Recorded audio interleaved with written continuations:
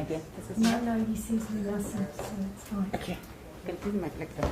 Yeah, Thank you. Oh, you're going to your place? Yes. Oh, okay. All right. I do understand.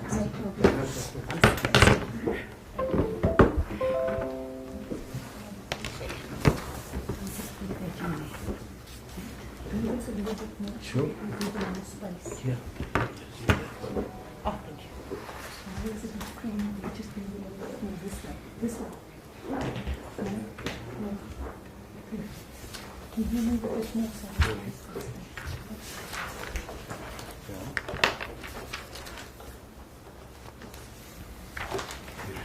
I will be back on record. Thank you.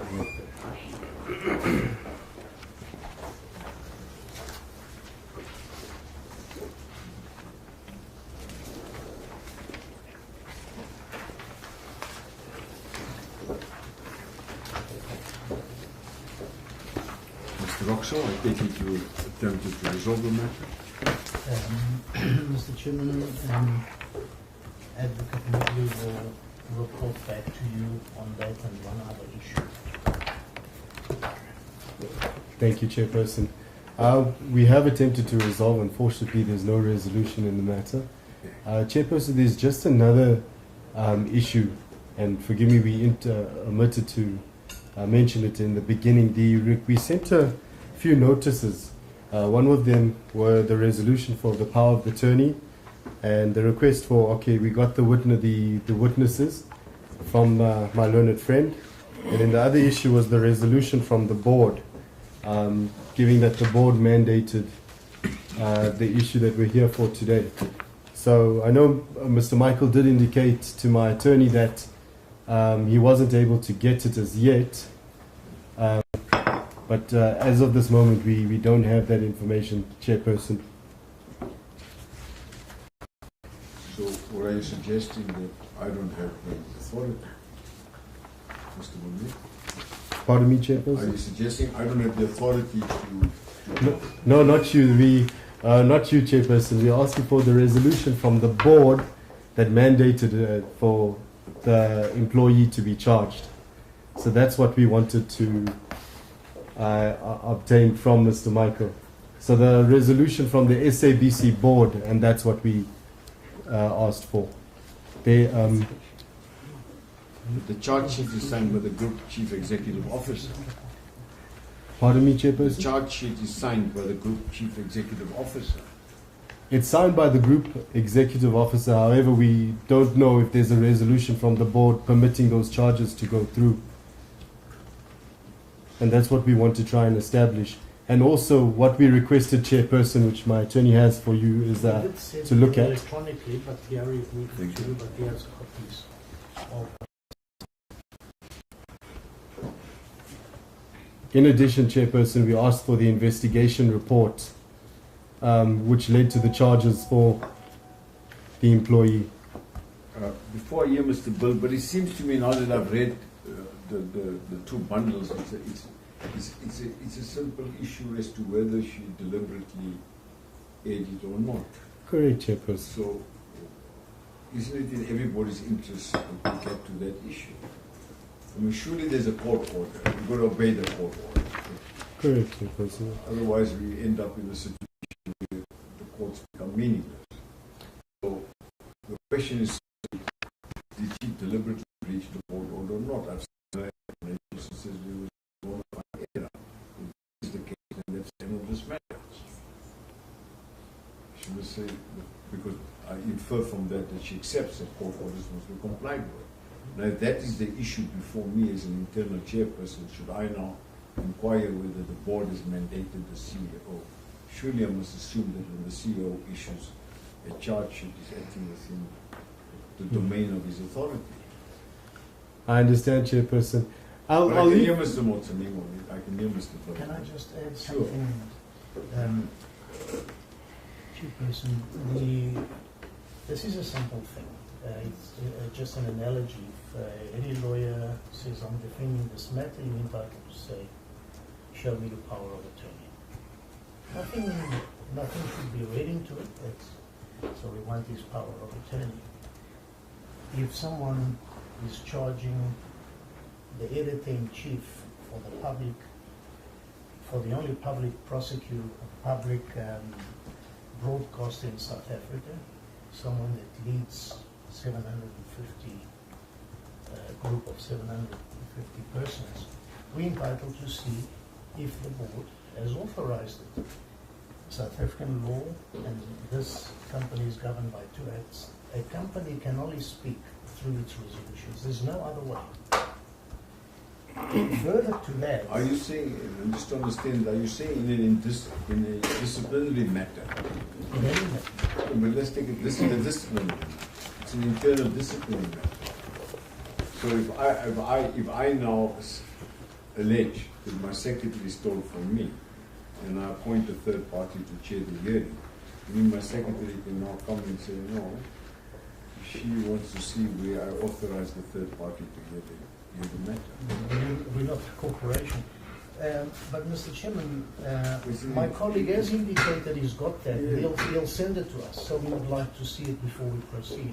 Because the difficulty we have is the information we are receiving is that the board does not want this to go ahead. That there is a majority in that board that is saying this must not go ahead. But then you must interdict these proceedings, because I would be very uncomfortable with the board that prima facie a court order has been breached, adopting the position that nobody must take responsibility. I'm very uncomfortable. Well, it's When they've appointed Yeah. me, they take the risk when they appoint me. But I mean, court orders will be complied with. But my colleague has indicated that you will answer this, and he just needs a few minutes, so he must just answer it. He's agreed to answer it. I'll tell you what, I'm uncomfortable. I'm uncomfortable that we spend money on issues that are not relevant to my purpose. My purpose as an internal disciplinary inquiry is to see whether there's merit in the allegations.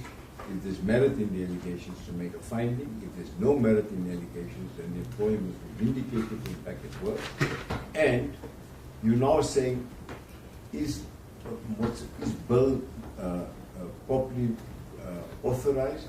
If I've been properly authorized, then, Not you, not you. but that puts into issue whether the CEO has acted improperly in charging it. Mr. Chairman, Any idea, Mr. Bill? Mr. Bill take is, the analogy of a court. Yeah. If a lawyer says to another lawyer, I want to see the resolution, I want to see the power of attorney, we're not making any allegations against the judge. These are procedural issues which he has agreed. He didn't object to these things. He says, I'm going to give them to you. but I'm governed by the LRA, and the LRA says before an employee is dismissed, there must be a fair procedure, and there must be a substantial reason. A fair procedure, I gather, is that's why they've come to me, so I can hear both parties. The substantial reason, the onus lies on the employee. You know, do I now start investigating whether I am properly appointed or not? No, because we're not. You are an innocent bystander. This All is right, an issue. perhaps is not much an issue, Mr. Bill. Can you supply Yeah. it? Well, I think, Chair, you know, these requests are made so freely, and you are correct. This is not the forum, but you make a request for a board resolution. You haven't established whether a board is required to take a resolution. That's the first point, and that's the point at which I want Can to. I ask you, is there any prohibition from a CEO disciplining a Exactly. senior employee? We think not. We think not, and that's why we think that the request skips a couple of steps. You're saying, give me a board resolution. And there's a danger as well, because when I start going to disciplinary hearings and I say the majority of the board has told me, has said they don't want this to proceed, that's a concern. Because what you're saying is that if a majority board, if the majority of the board takes a decision, it becomes a resolution. And for us to sit here and hear that the majority of an unnamed board doesn't want this hearing to proceed, it's actually derailing this process. And I would ask, Chair, that we not allow this process to be derailed by the majority of the board that is not before us, that we don't have a resolution, we don't even know who it is. That's the first point. The second point is, I'm getting confused because I think it's going to be very helpful for a housekeeping point of view for us to know who's appearing on behalf of the employee, because I see sort of one point being made and additional points. Can we? Then I don't have a difficulty, as long as it helps me to understand. That's fine. Okay. You know, If you don't have a difficulty, I know it's that fine. the bar is to follow a strict process. If you don't have a difficulty, Chair, I obviously. I think Mr. Roxler is very experienced, and I think when he makes submissions, it's usually very helpful. I'm happy with that, but I think it's going to take us more time, because we're going to have answer arguments by the council and answer arguments by the attorney at some other point. So that's where we are as regards the issue of the board. There isn't indication on where the board is required to take a decision, and I think they even here they are at liberty to point that to you. But the point is, you have mentioned and they have confirmed that this is a simple issue that pertains to culpability. Did she intentionally cause or gross negligently cause this thing to be broadcast? That's it. So now you want my appointment. I don't think you're entitled to it, but I'm happy to give it to you because there's nothing secretive about my appointment. I'm appointed. I'm an initiate. If you got I've shown them on my screen. I will try to connect and send it to them. It's nothing controversial, nor is it helpful. And then the board resolution. Where are we going to get a board resolution if we don't even know if the board is supposed to take a decision? I submit that the board is not. It's a disciplinary matter, but That's right. your appointment is by who? By the SABC. Yeah. So all of these things are keeping. We've called Mr. Vanara quite some time ago. Well, in terms of the judgment in the ESCOM matter, the one that is based on Rule 7, once you show you have the authority, then that takes care of the power of attorney. I'll connect, but I've shown counsel. Mr. Chairperson, can I just make a submission?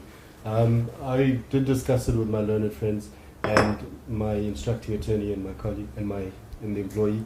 Can we proceed?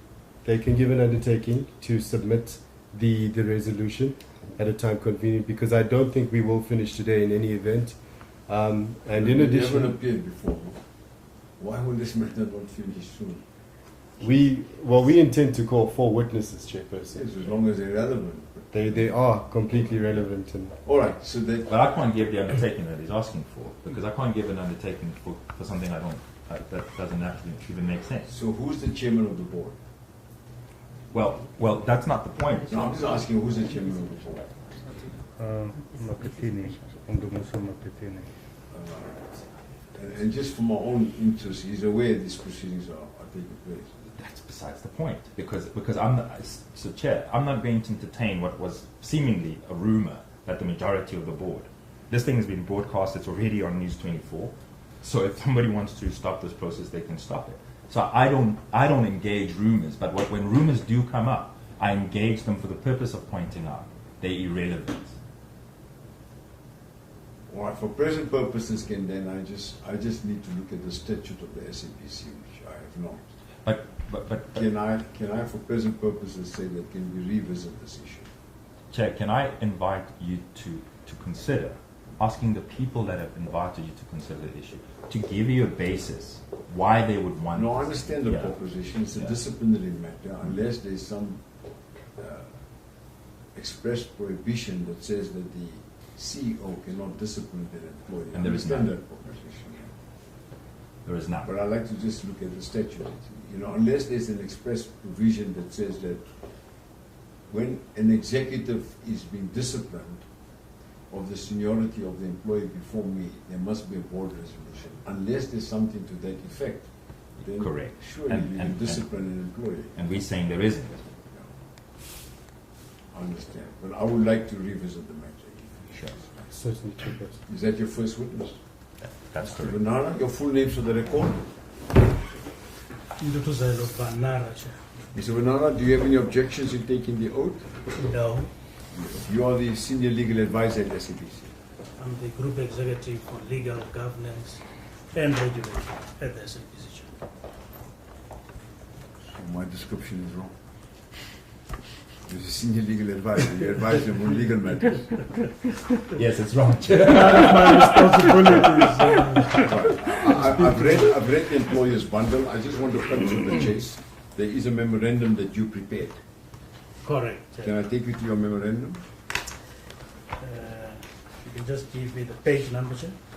I think yours memorandum starts at 113. Is that yours? Yes, 113. You signed That's it. correct. You signed it at 118. You signed as GE Legal Governance and Regulatory.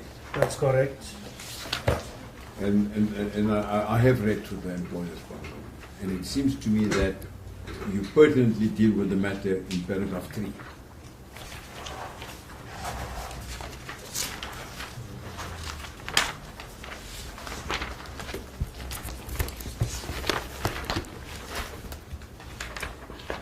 Correct, Chair. Yeah, so you want to just give me a brief synopsis before you get to paragraph 3. Mr. Bull, if you don't mind. I don't at all. Because this is Just a public funds, you know. housekeeping Sorry. request. Can you give us 1 minute to find our bearings as to the document that you are referring to? Employees bundle. Employees bundle.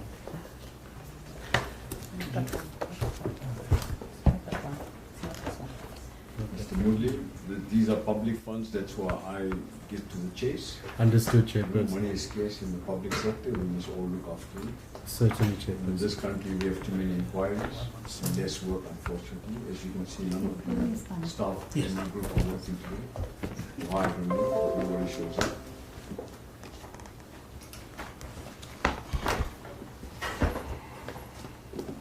Are you there? Employers bundle, page 113. Here's one. No, I'm here. It's just this. I'm going to 117. Okay. I was looking at that and my sincere gratitude for your indulgence. Thank you. So, Mr. Velara, you want to give me a brief synopsis up to that point, what happened? So,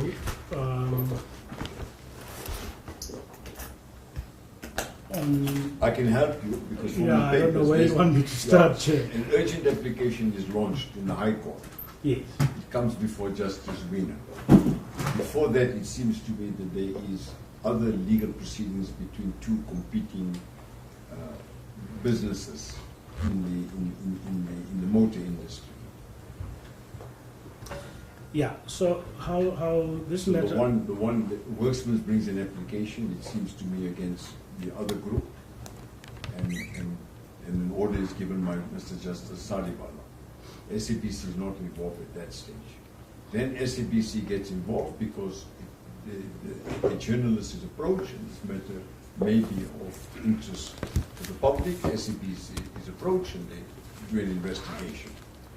And that investigation then leads up to an urgent application before Justice Wiener, where she gives an urgent interim order on the 14th of October, I think. No, 14th of September. 14th of September, although the order is then refined on the 15th of September. Yes. Yes.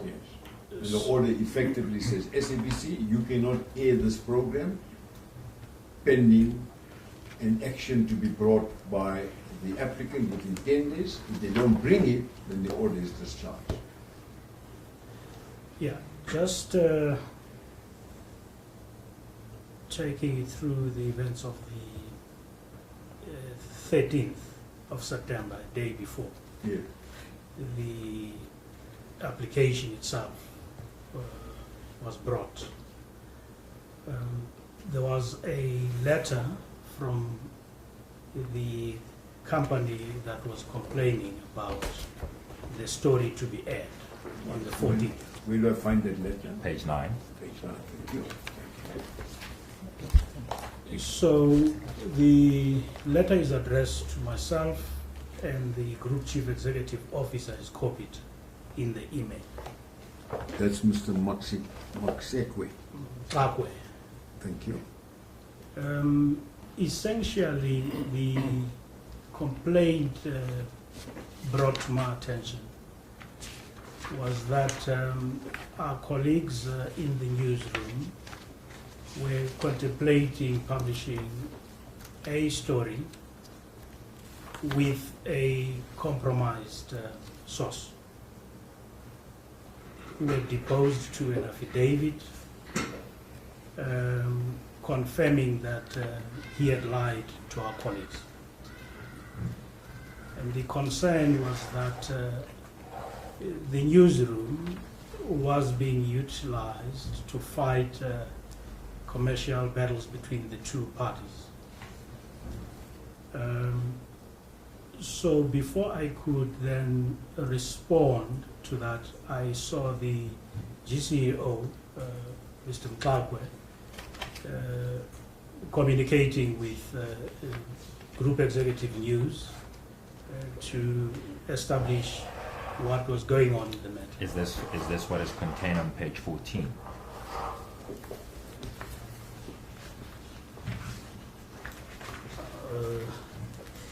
Yes, on page 14, you will see on the 13th at 8:30 in the evening, there is an email from the GCO to 1830. 1830, yes, to the GE News. Please find attached a letter from Dash. I have no clue what this matter is about, and you'll handle as you deem fit and draft a response for us. And I want us to, for the benefit of the chairperson, I want us to circle back to this line where the GCEO says, I have no clue what this is about, and you'll handle it as you deem fit and draft a response for us. And that's addressed to the employee. Yes, but there's another important fact. Who else is a recipient of this email in addition to the employee? Uh, Well, let me just ask it directly. I don't think it's leading. Were you copied at this point, or was it only later on? no, You were not yet copied. Okay, it's fine. I don't see It's my fine. name, so I'll assume that I think let's assume you are not copied. Yes. Can we then, and this is once again connected to the CEO's indication that he has no clue what this matter is about, can you then tell us, despite the CEO having said, I have no clue what this matter is about, handle it as you deem fit, what is the employee's response to the GCEO? Well, that's 5 minutes later. So fine. Yes. This is a programming issue. We will address it as such with the FTA editor.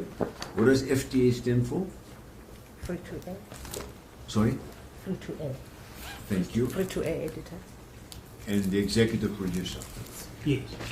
Now, these matters, Chair, they are quite important for what we talk about later on.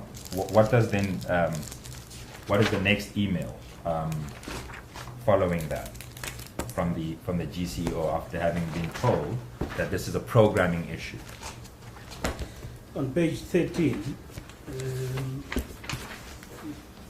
this is where I then got copied. Right. It says, on a daily basis, I receive many letters from the public and other stakeholders on various issues that relate to the SABC. And these cut across all divisions. These letters are sent to me in my capacity as the accounting officer of the SABC, and thus they may not know the internal workings of the SABC. Every time I receive these letters, I always refer them to the relevant executive to attend to it. These people may not know that this is a programming issue as per your response, and thus we have a duty to clarify the matter. Can you please send a response to clarify our position on this matter? So the CEO is not saying respond this way or the other, it's just saying please respond and reflect our position. Correct, Chair. Now, I want you to talk to me about what happens at page 16.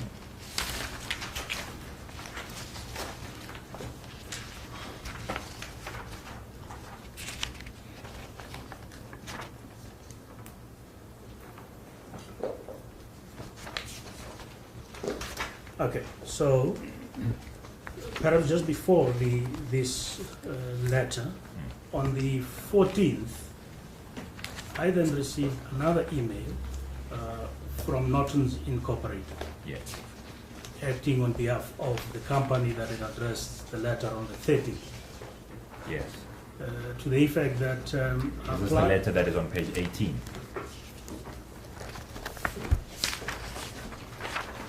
Or is this a different letter? So this one appears that there is already a court order. No. It's not this letter. The letter that appears on page 16. No, this letter is a response to a letter we received in the morning of the 14th. Essentially seeking an undertaking from the corporation that we were not going to broadcast the story that evening, Tuesday, the 14th of September. So on receipt of that Yeah, letter, then you write a letter to say, look, our business is to report without fear Yeah. and in an unbiased manner. That's what you respond. yes, but the response does not come from legal. Yeah. It comes from business. That is correct. There's a response on page 6, legal advisor, Leapo.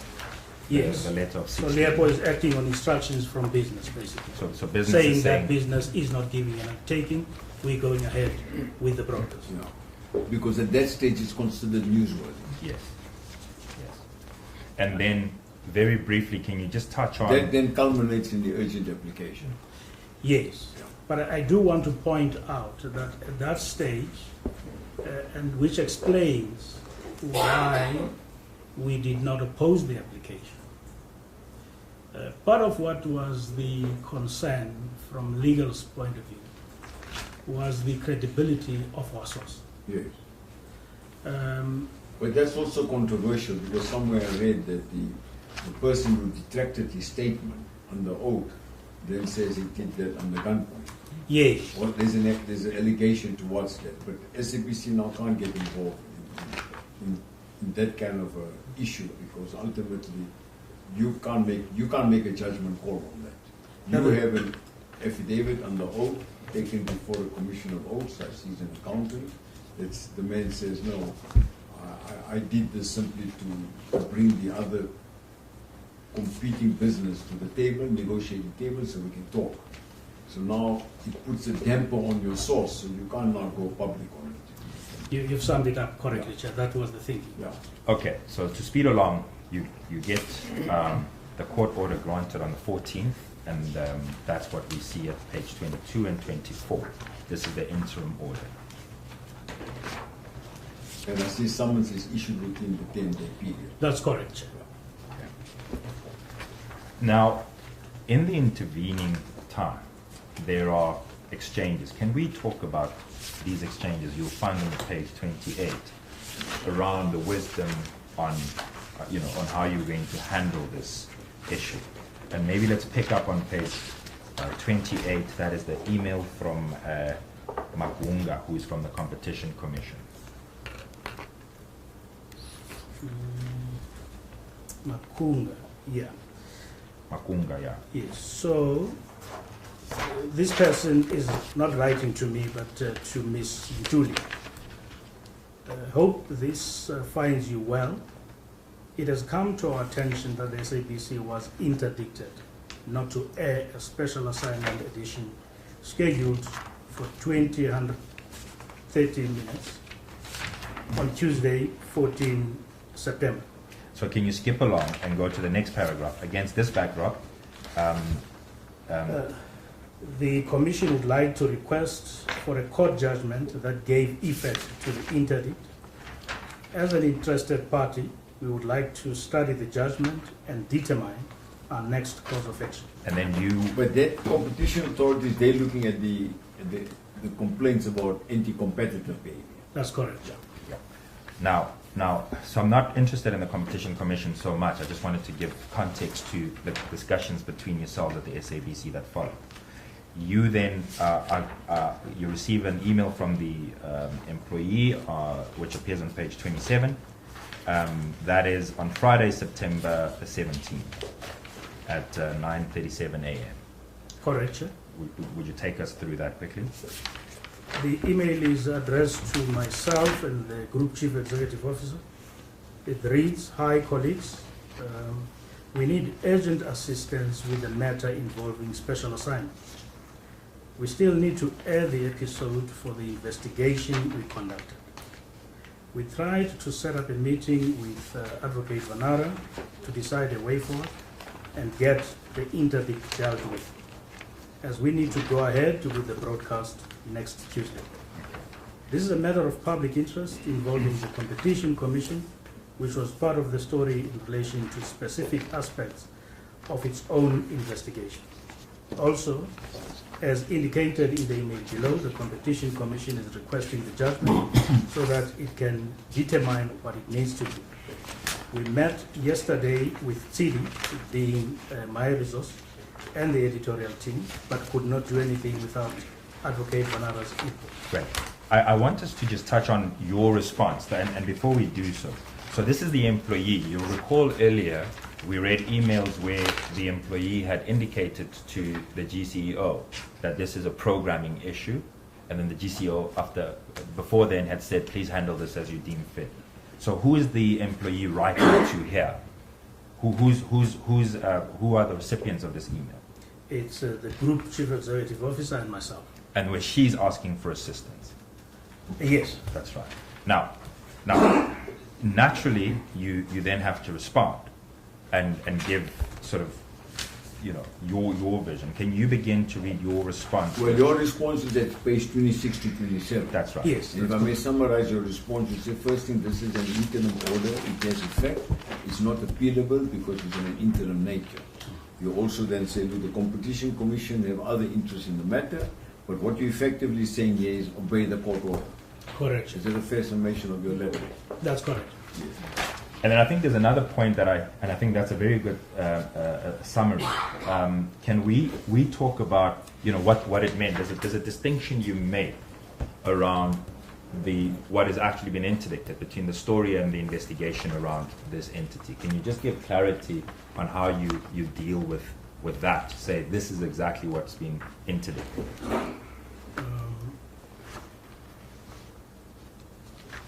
What basically I was pointing out was what is interdicted was the complaint we received, not a blanket ban on the news, not to proceed, conduct further investigations against this company. Yes. Now, can you then read what you then get from the employee as a response? That's an email of 4 October. So can I just look at that interdict again, Sure. Mr. Pearl? That's a page. It appears at page 24, but the most grammatically correct one is on 22.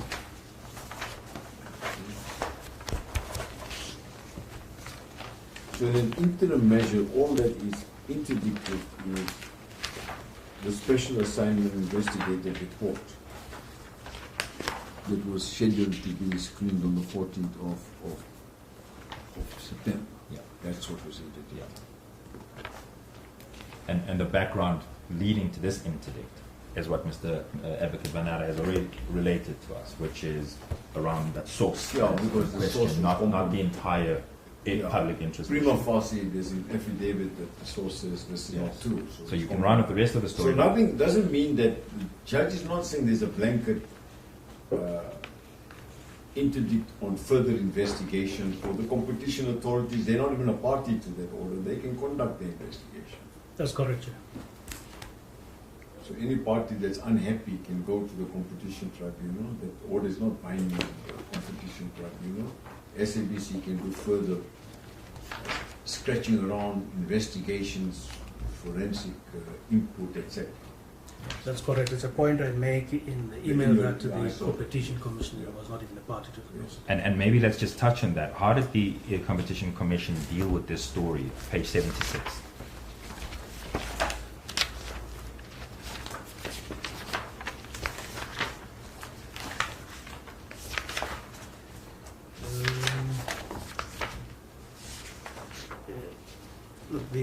From what I can read on page 76, it says, having completed its investigation or the time having expired for referring the complaint to the tribunal in terms of Section 50, subsection 2 of the Competition Act, the Competition Commission gives notice that there's 2 blocks there. Yeah. The first one, which is crossed, so the Commission will not refer any part of the complaint to the competition tribunal. The second block, which is not ticked, says the commission will not refer to the competition tribunal the particulars of the complaint listed on the attached sheet, but will refer the remaining particulars of the complaint. So it's signed by somebody claiming he or she is duly authorized. So it seems to me, It's a on the non- 17th of July 2019, this competition commission found no merit in a complaint. That's correct, Chair. But now we're talking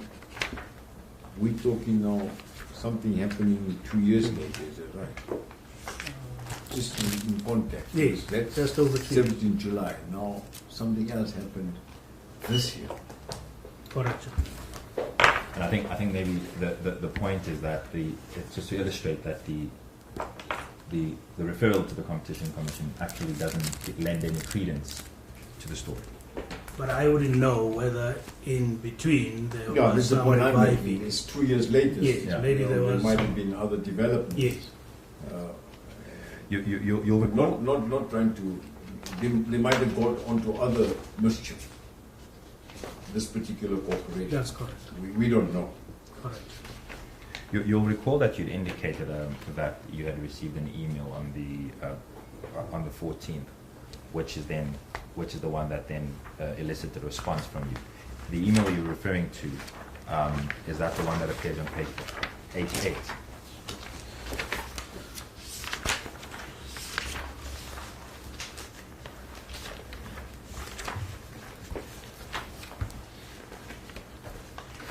That's correct. At 11:39. Yes. That's correct. I'm going to assume that it's not in dispute. The issue that you've clarified, you clarified what the interdict means to your colleagues, which is it's not a wholesale bar or interdict. It applies specifically to the story that has the controversial issue. And can you just confirm, and my colleagues are happy to cross-examine you on this, but I don't want to sort of burden the record. Page 90, what appears at page 90 to 94. Yes, just perhaps again to provide the context. At this stage, we are attempting to settle the action proceedings Yes. that were commenced by the summons prior to the expiry of the interdict period. Yes. And again, we now know that the source's credibility is at issue, and we want to have the matter disposed of. They want an undertaking from us, and naturally I can't give the undertaking, I need to get it from the business. So I'm writing, I instructed the resource to get the undertaking from business. And there was an email from business pointing to some uncomfortability around the undertaking, which is what I'm trying to put them at ease on. And then can we skip to the page 90, the third paragraph? Mr. Chairman, interrupting is always a difficult situation, but what's happening here is that a lot of emails are being brought into evidence out of context. One, no email is relevant to this until the time that the employee is told don't do anything. What happens behind the scenes, these are all hearsay in relation to it. They are hearsay in relation to this witness. No, but And I he's think giving it's that, important. he's giving direct evidence to say that he then gives a reasoned view why he thinks the matter should be settled. That's what the email says. I have no objection to that, but the difficulty is that there seems to be a drawing of a conclusion, which is she was part and she knew all about this, and her name doesn't feature. And I think it's important for my learned colleague to focus on anything that happened after she has been told this cannot go out. Because what happens before is hearsay. Yeah. It doesn't affect us. It's emails being exchanged in another level at another department. But it's with the business department, isn't it? All it shows to me We is are that not the Can I just business deal with the department. objection quickly? Yeah. I'm not sure where it comes from that she's not part of it. Her name is right there. I saw it. Yeah, her name is right there. So how can it be? No, no. I have no objection. But The if her moment name that is her a- name features, the moment that her name features, you're entitled absolutely to deal with it. And it does. What Right you here. can't deal with is this whole series of leading the witness. It relates to issues which are not in question. The only thing that can be in question is once she joins the narrative and she's told, don't do anything, don't publish it. Then, from that point onwards, you are entitled to lead on any of those emails. But the ones before, what happened between the legal officer and Norton's attorneys and this and that, we have nothing to do with it. And why is it most relevant to me to understand how the SABC is dealing with the matter? She's an employee of the SABC. Ultimately, the SABC must take the rep here.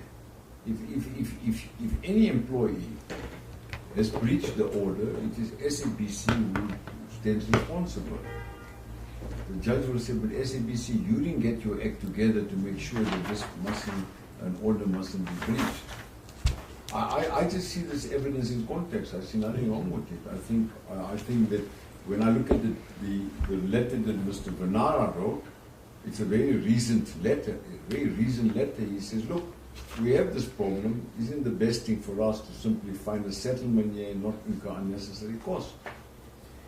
I agree with you. I really don't understand the basis of the objection. When you say it, that it's It's to in set the context. context. It's the context, that's all. It's not direct evidence against, but in context, I agree entirely that you are entitled. Well, let me tell you what's direct evidence. Direct evidence is that he's saying, and I just want to read it out to you, this penultimate paragraph at 91,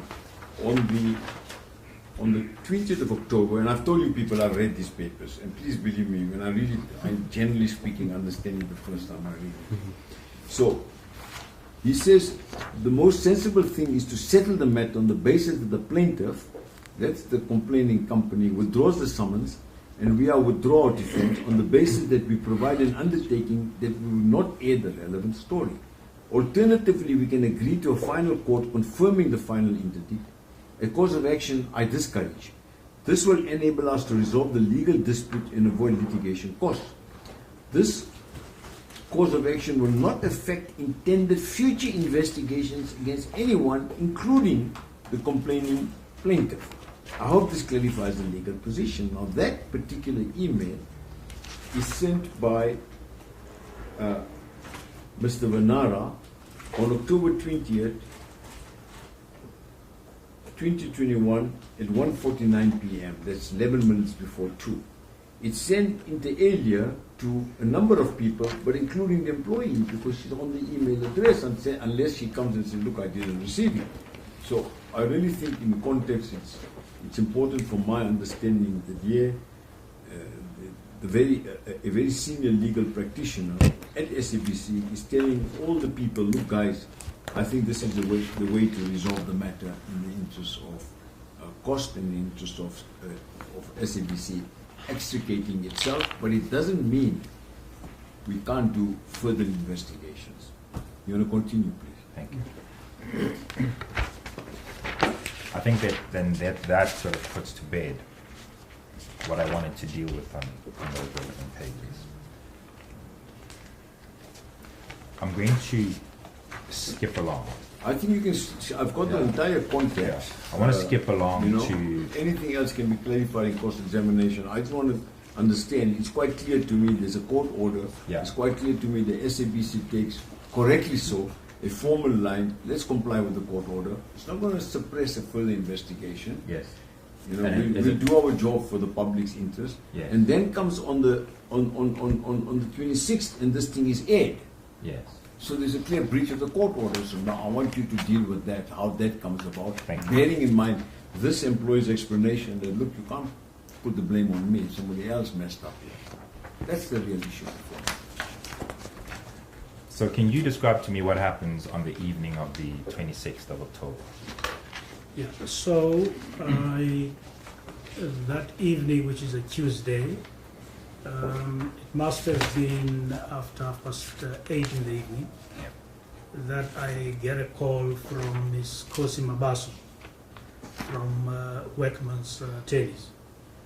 And she then tells me that she has been trying to locate tennis of record. So there are matters that she would handle on behalf of the SABC.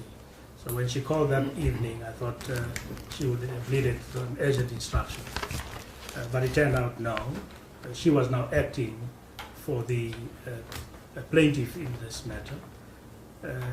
What also confused me, you'll see from the record we've been corresponding with Nortons and not Worksman's. Yes. And Worksman's, generally speaking, if you look at the LRA reports, they normally act for SABC. Yes. So you get confused, you think, now what's happening? Yes. Yeah. So then she says, look, I've been trying to get hold of Chane, who's your attorney of record in this matter. I've been called by my clients who are frantic because you guys have now breached the court order. I said, which court order? She said, of the 14th of September, the one interdicting the special assignment story. You guys have played it tonight at 8:30. And It's on the 26th of October. yes. So I say to her, it can't be. You are alleging this, you need to prove this thing to me. She says, okay. I've also asked a client to send me a footage of this, but what is most frustrating and concerning for the client is that apparently at 230 minutes, you intend replaying the story again. So I said, look, I can't stop what already happened, but let me try and prevent the second episode from being aired. And I need to speak to the G News to try to get to understand why this thing happened, how it happened, and so that she can also make sure that the story allegedly intended to be played at 130 minutes is also not played. So I then get off the call. I try to speak to my colleague, G News. I call, I couldn't get hold of her. That's the employee. Yes. Yeah. Because there's a colleague, Melin, who is Group Executive Video Entertainment, on whose channel the story would have aired. I tried to make contact. Oh, sorry. Excuse me, Chair. It just appeared to me that the relevant person that's been mentioned is in the room. I'm not sure if there's any difficulty in him remaining in the room, or can I ask that he be excused at this point because he's going to testify. Mr. On Miller, whose behalf? on SABC's behalf. Then I think, Mr. Mundley, you would like the witness to be excused. We don't have a particular issue with that, Commissioner, but we'll abide by your decision. I think my preference is that he just be excused so that his Can you be evidence. excused, please? Thank you. Okay, so I then try to phone Melin again because my biggest fear now is It's a repeat. Yeah. Yes, so I'm trying to avert the repeat. That it has played, they must still come back to me to demonstrate that. But my main concern is if indeed this has happened, we must avert the second disaster.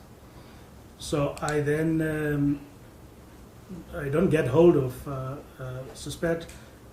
I then call Berlin, who also does not pick up his phone.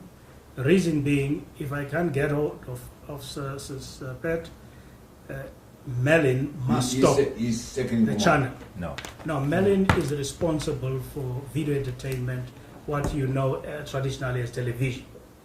So the program is going, or has allegedly played on Melin's platforms.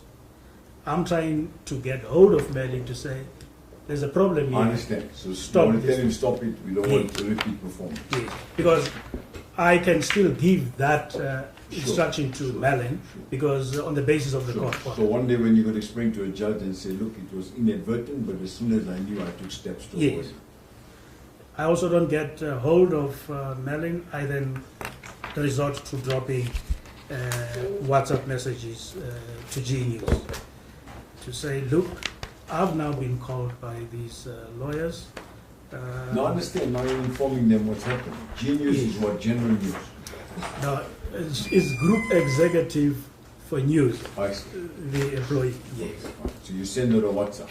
Yes. Now I start sending WhatsApp, and indeed she reverts back to me to say, no, but this is not true. And I think I also say, I doubt that this is true. But I have requested the attorneys to provide me evidence that. That's Ms. Mabaso from Yes. Worksmans. Yes. Indeed, I do receive the videos from Ms. Mabaso, which I then immediately forward to the group executive of news. She would have come back to me later in that evening, of course, now seeing that, look, this thing indeed has played, and I'm sure she would have wanted time to understand the circumstances under which this would have played. So the repeat doesn't take place. The repeat doesn't take place, and she does return to me to say, no, there is no repeat that is scheduled, and I think there is conversation between myself and her to say, I was also looking on the platforms, checking what is happening, and there was nothing that indicates this would have been repeated. Now, whilst all of this is happening, I want you to give context to what you are busy with. In other words, leading up to this breach, there's a letter from Chani attorneys, who are the attorneys that are representing the SABC in the intellect proceedings. Can I ask you to turn to page 103, please?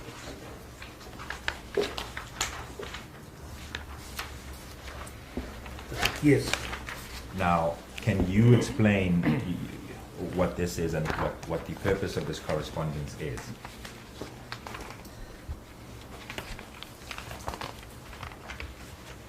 This is now the 26th of October, and we are now dealing with the action proceedings. Yes. Yeah, I've read all these letters. That letter says we will not air this program in conformity with the order of 14th September. Not that one, Chair. So this one is, there's a settlement, sort of final settlement that has been discussed. So I'm saying Mr. Vanaka is taking efforts from leading up to the breach. So this is the afternoon on the 26th. So we look at 103. 103, yeah. Yes, yeah. So in the context is that whilst, you know, the legal office is trying to settle the dispute, and that's what I wanted Mr. Vanaka to deal with. So essentially, we are agreed we're going to settle this. Yeah. And all that we are doing is to tidy up the loose ends. Correct. So there are discussions around settlement, and you are almost at the end.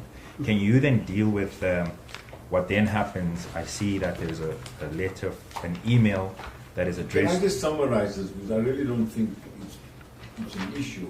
Ultimately, there's a settlement where you accept that you paid it and you tender the cost, and you say, let's put this behind us. Spot on. So that's what 103 Yes, does. that's what it does, right? Yeah. So you No. move on. 103. No, 103 is the first letter that says we will not air. No.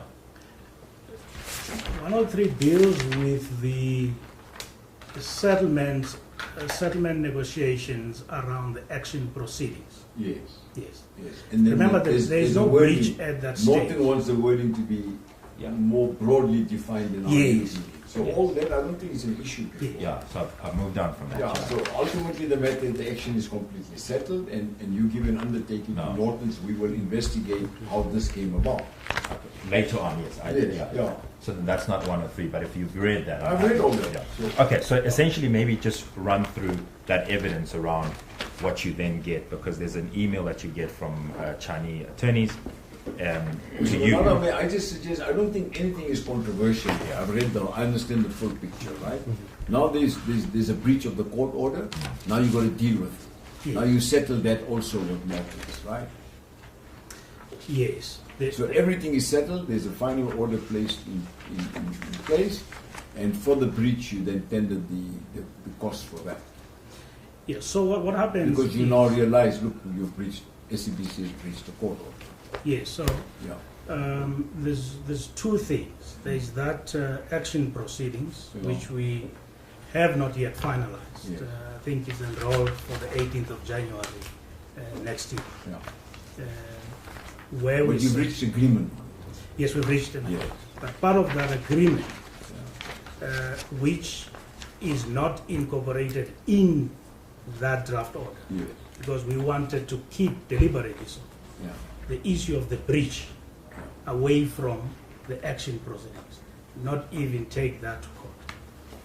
So there is a correspondence where Nortons say, look, you've now in breach of this agreement.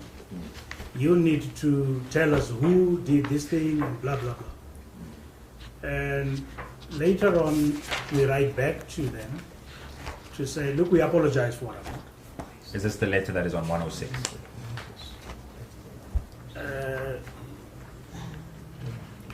The chairperson Yeah. has read it. I just need to Yes, confirm yes, and move on. yes, yes. But to that letter, I think we respond on the 2nd of November. There is a letter to which we responded on the 2nd of November, where we had to apologize for. But Okay. you can accept those letters are read Yes. as part of the record. You may be cross-examined on it. Yeah. The only issue that remains for me is you got an explanation from the employee to say how it came about. Were you satisfied with the explanation? That's the only issue. If you're satisfied with the explanation, then she says, I wasn't party to it, then that should be the end of this inquiry. If you're not satisfied, tell me why you're not satisfied. That's the crux of this matter. Yeah, is that expected from me? Do you want Mr. Van Achen? Or unless you've got another witness. Yeah, to say why is why the explanation is not satisfactory. Yes, who's dealing with that? The CEO. Oh, well, that's the only issue before me. Yeah. Yes, fine. That's fine, but I The want to background, I understand it. Great. Chair, with your permission, I'd like to deal with one more issue, Sure. just to emphasize it. I know you've read it. The document on page 110, where Chinese attorneys write to Nortons and says to them, our client would like to apologize unreservedly to your client for the damages and inconveniences caused by the unlawful airing, etc., etc. Did you ever get an apology from the employee? Has there been an apology or recognition from the employee leading up to you instructing your attorneys to apologize?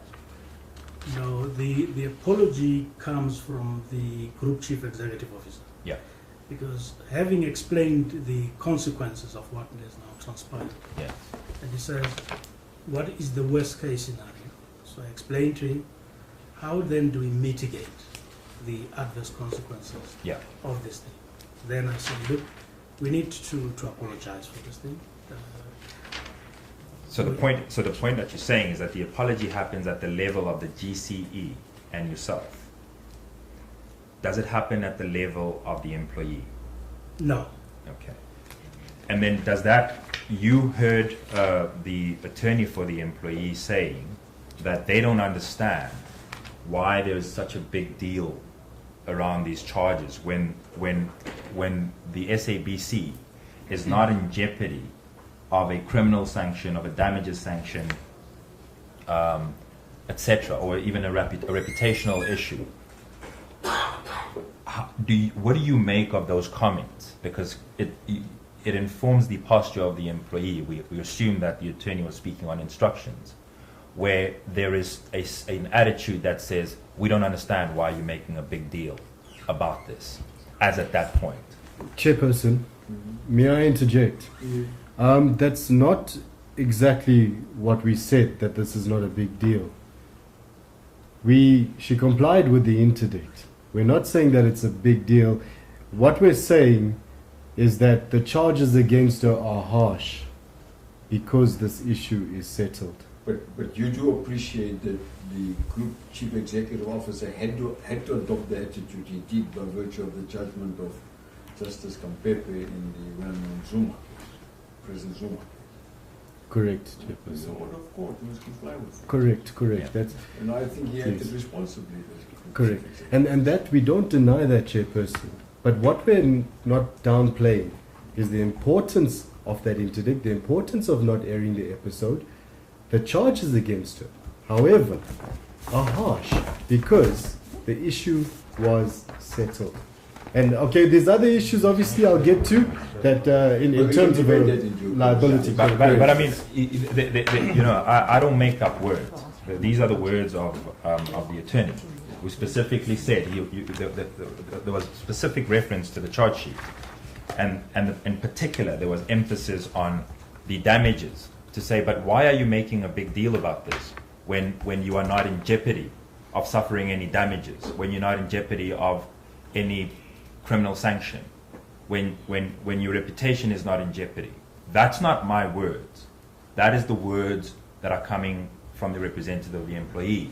Now, given that you've already put on record that there was no apology from the employee, and now we are hearing this from her lawyer, what do you make of that? Chairperson, I'm sorry to interject again. He's not the author of we the charges. we have not yet disclosed this evidence or anything of that Can I leave nature. that for debate? It's Can I an leave that assumption, can but I also, leave that- Chairperson. If you don't mind, let's just leave that for afterwards. One last thing, he's disclosing aspects of a without prejudice conversation. No, Yes, we discussed it without prejudice. In our, I need to clarify. No, it was said to me. Yeah, it was said, Yeah. so I'm not sure if you heard. It wasn't what you said. Hmm. So I didn't quote you in case that you felt Yeah, I think was. that the flip side of the coin is the following, that if that apology didn't come from your group chief executive, somebody would have carried the headline SABC defies court order. Yes. Yeah, that's the reputational harm. Yeah, but there's one point I want to make around the settlement. Yes. The part of the basis of the settlement was that we as an organization need to get to the bottom Yes, what happened? of what happened Sure. and ensure that there's consequence. But I said that because I read the letter. Yes. I read the letter. Yeah, Yeah. that's the point of the time. That's my examination in chief. Thank you. Of course, it Can I didn't- just yeah. like, one correction on the record? When you summarize, you said that the SABC then tendered the costs of the other side. That's that each side paid their own costs. That's No, I read somewhere that you tendered the cost of the, am I wrong? I think the ultimate conclusion is that everybody would go their separate ways. Yes, there was no order as to. There's no order, but somewhere along the line you did tender costs. Yes, we did tender costs initially, Yeah. and when they came back accepting the proposal that we make, there is another correspondence that we instructed our attorneys to say, because we're really on our knees, and we said, All right, you've can they clarified the consider record. Yeah, that's fine. that we don't Yeah, pay? I know that company. I don't think they really Yeah. need your cost. Yeah. That was our consideration. I know all the personalities Okay. because I live in Joburg. Yes. All right. Thank you. Thank you, Chair. I think that's my examination in chief. Are you in a position to concentrate? may we, at your indulgence, Chairperson, my learned colleague, take a 15-minute break just to get my head around everything? Because I don't think any of his evidence is controversial. Not necessarily, Chairperson. That's what should be. I think Mr. Flyke's evidence is going to be the crucial evidence. Yeah. All right. 10 minutes or 15? You could do 10 actually. When you're ready. One more. Thanks. Thank you, Chair.